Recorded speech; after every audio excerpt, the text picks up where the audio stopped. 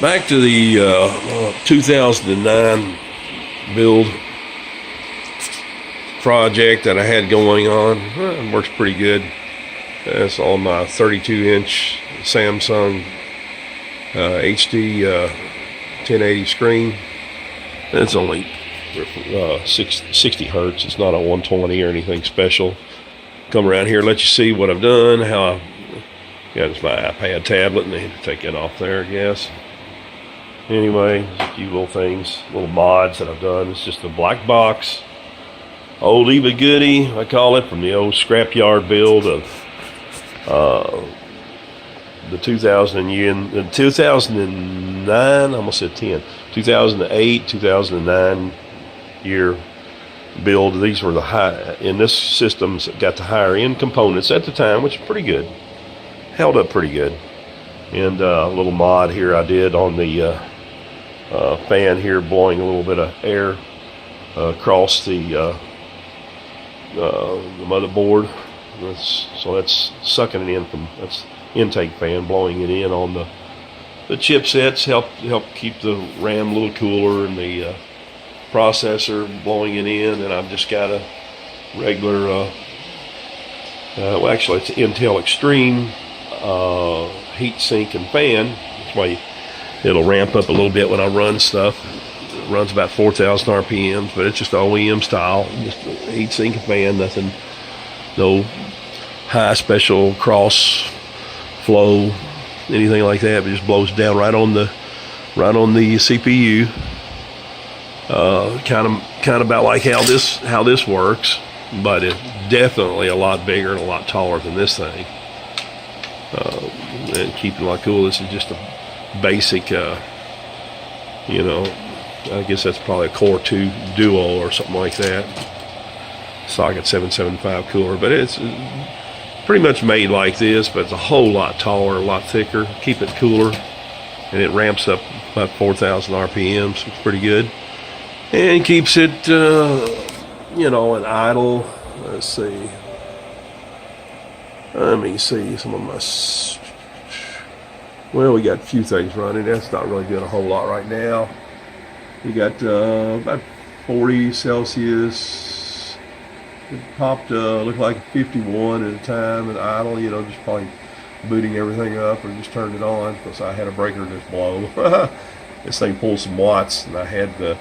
So it's getting pretty cold outside. I had the heat going on, which this thing here is helping quite a bit in the heat department, really kicking it out of those dual GPU graphics cards.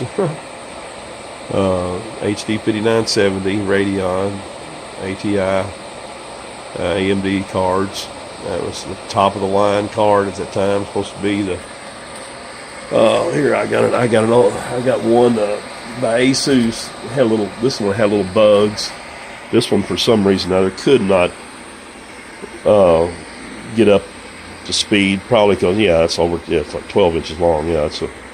It's pretty much a monster. It probably didn't look that big. I got really big hands, as you can see.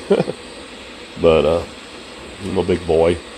But anyway, so this was the high-end graphics card at the time. This is ASUS branding, even though it's AMD, ATI, Radeon, HD 5970. This one had a few little issues. You can see the dual GPU sitting in there, and it had a fan that was really making a lot of noise, rattling. But this one, even before the fan started going, I could not hardly get. It kept crashing on me, so something was gimped on that. The ones I got in here now. One took the place of that one, and I already had another one, and which I got online really cheap. I think I paid like $70, $69 one for one, $59 for the other. I think this one was like about $49, $50 I think on that. But it's still good. All it needs is a fan replacement. It just can't seem to get past on the core clock 780. It's just that's it. It's just where these I keep them right at 800, which is fine. And you go up any higher, then it gets a little stuttery, but at least it doesn't lock and crash like that one does. But that one I think is just kind of locked in. ASUS kind of probably done some things to keep their stuff out there, which is, they're an excellent company. They do. They have excellent products. Motherboard, matter of fact, the P5Q3 motherboard is in here, which is the QX9770 I have in there, Extreme CPU for the socket 775 motherboard. So this is a P5Q3 Deluxe with Wi-Fi. Oh yeah. Really doing pretty good in that year 2009. They do, but you really have to do some tricky things to get that RAM to, well, not too much, but you have to get certain RAM to make it work right, but it will work. I've noticed you put the sticks in there, the ddr3 sticks, put them in the orange slots first, boot it up, get everything set, and then you what I did is I put three in, the three in there, and the first one closest to the CPU I didn't put in until I got all my settings, and I set everything through the JEDEC or whatever the settings, you know, what the factory settings are. Some of them are like CAS latencies like 9, then you got 9, 9, 10, or 9, 9, 9, and 28 or something, but this is 9, 10, 9, 20, 28 I think is what it is, which I had to keep it on that because for some reason or other it wouldn't work any other speed, probably because I got my, actually a few little things I've made notes here, if you can understand all this, but my best settings for this P5Q3 motherboard was a QX9770 CPU Extreme chip, which was my best. The best, most stable was at 9.5 clock, 432 on the bus, which got me a 4.1 gigahertz, and it kept it cool too. You know, it kept it cool. And my bus is right at 1728 actually. I'm sorry. That's what it says. It says that in the BIOS, 1737. When the Windows pulls it up on the CPU, see that CPU ID. Excuse me, the little, yeah, right over here. Right there, you can still a little blurry. There it is, focused in. Pop that up, it pulls up 1728 on the front side bus for the system, which seemed to be stable right there. It's pretty good. I could not get 1866 to run, no matter switching these around, clocks around, either had to take more votes or either had to sacrifice something, and I didn't want to put any more core votes in anything. I didn't want to heat the board, do anything like that, so I kept everything at a decent clock, and and you can see here my core votes 1.36, and sometimes it hits 1.368. In the BIOS, I think I had to click, we might go to that in a little bit. If anybody wants has any questions, I'll post it after I pull up my BIOS, but I think it's entered in there at 3 point, excuse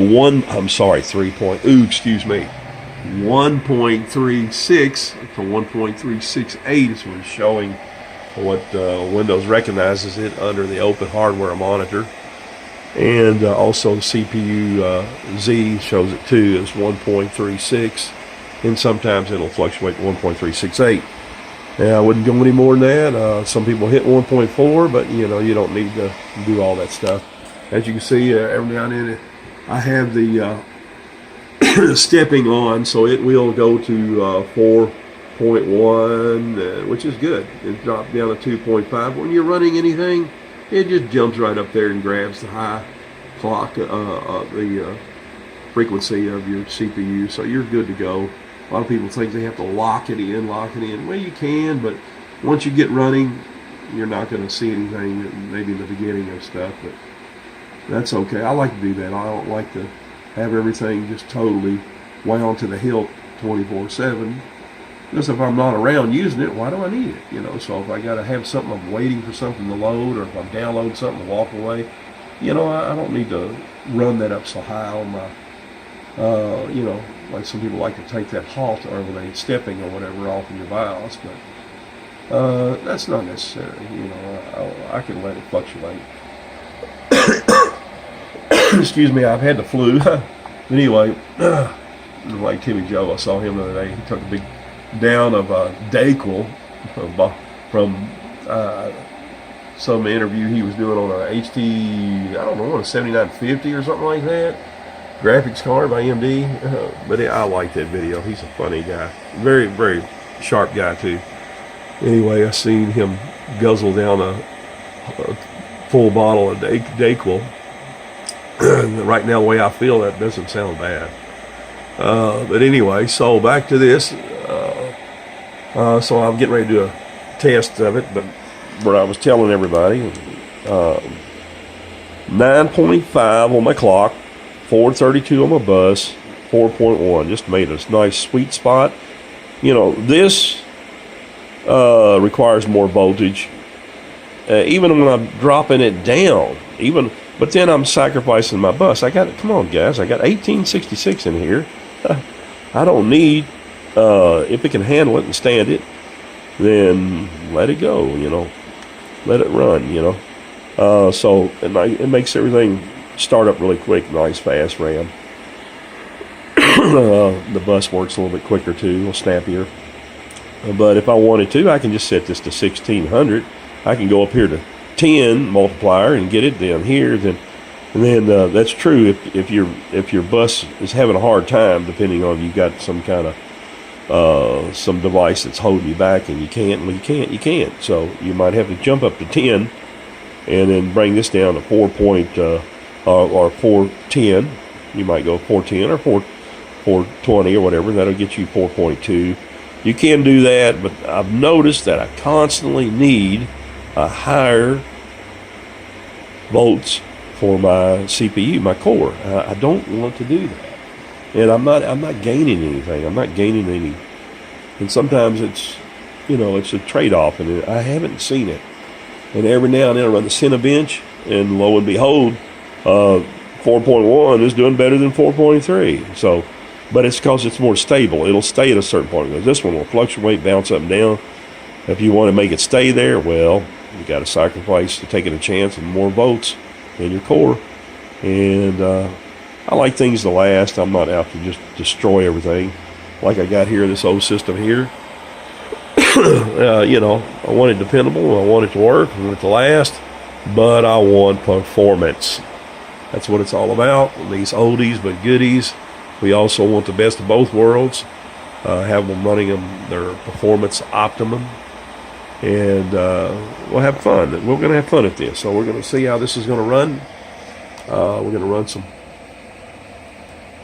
and then benchmarking and see what we got. Excuse me.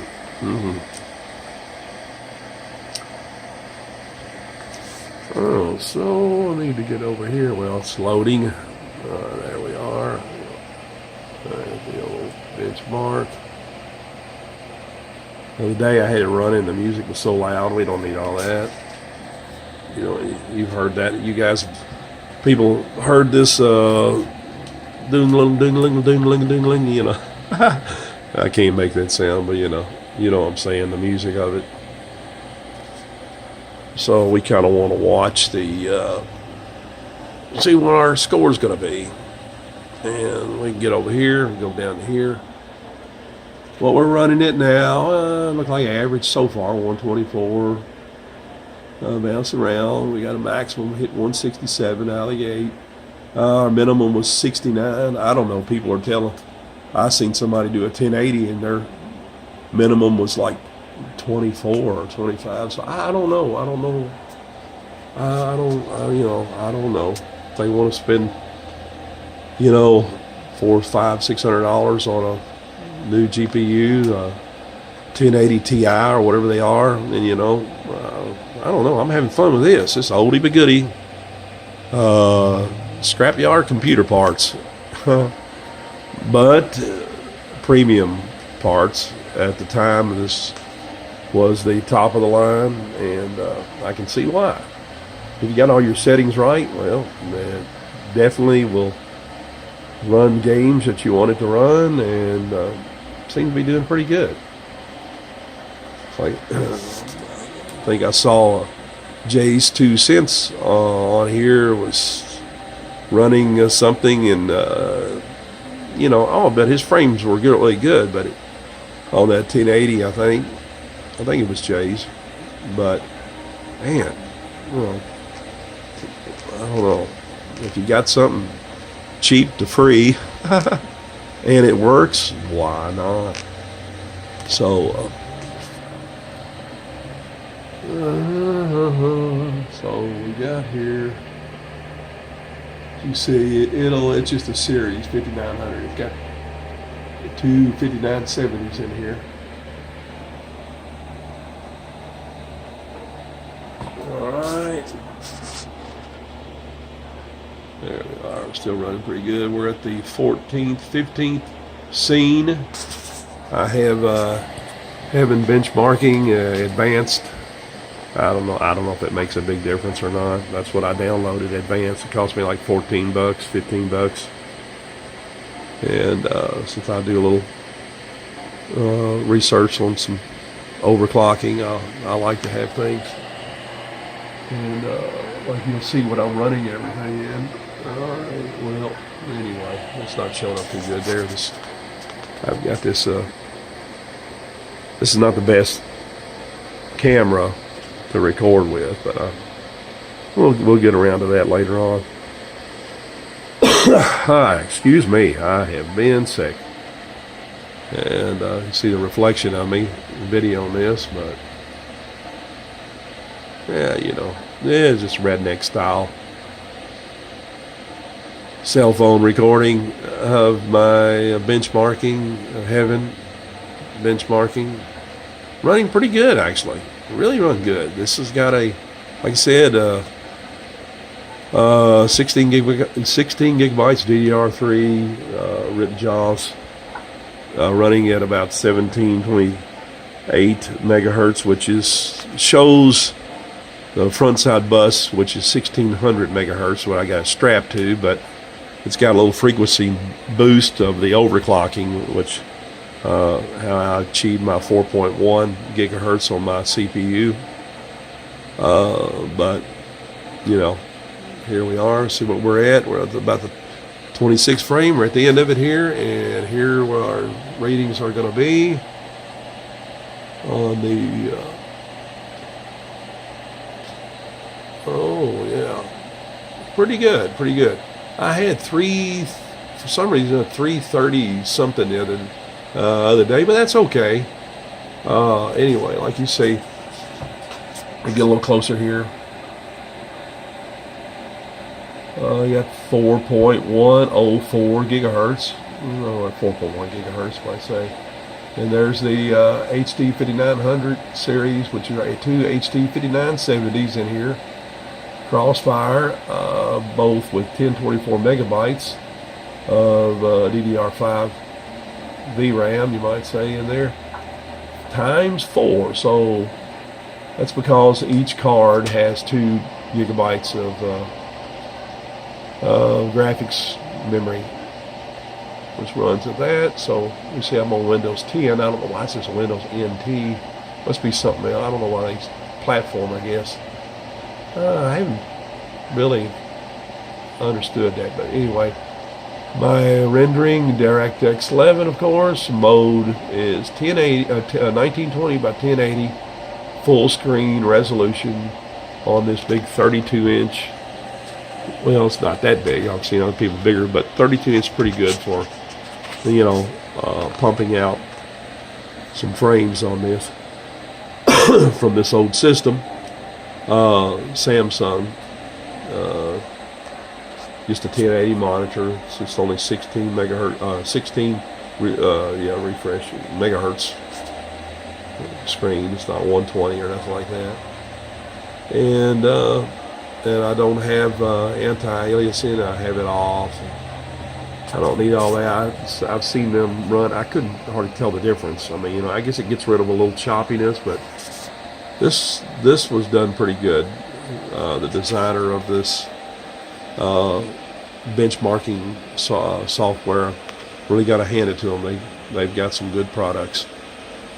Anyway, not pushing anybody to buy anything, do anything. I'm not paid by them. I don't work for them, but just what I noticed, it works pretty good. So, folks, here's my system right here. And maybe we can do a little. Well, I'll do this. I'll do this. See inside there? No, you can't see in there. You can see the fans blowing inside. Yeah, it's a CPU fan, a little blue. There it is. You probably see it right in there. That's this is Intel. You might be able to tell. On my socket 775 P5Q3 motherboard, which is a QX9770 Extreme chip. And back out of here. And there's the graphics card. I've got this HDMI cable running to my TV. Monitor, flat screen monitor. Actually, it is a TV. I just hooked it up using it as a screen. And there's my other GPU graphics card.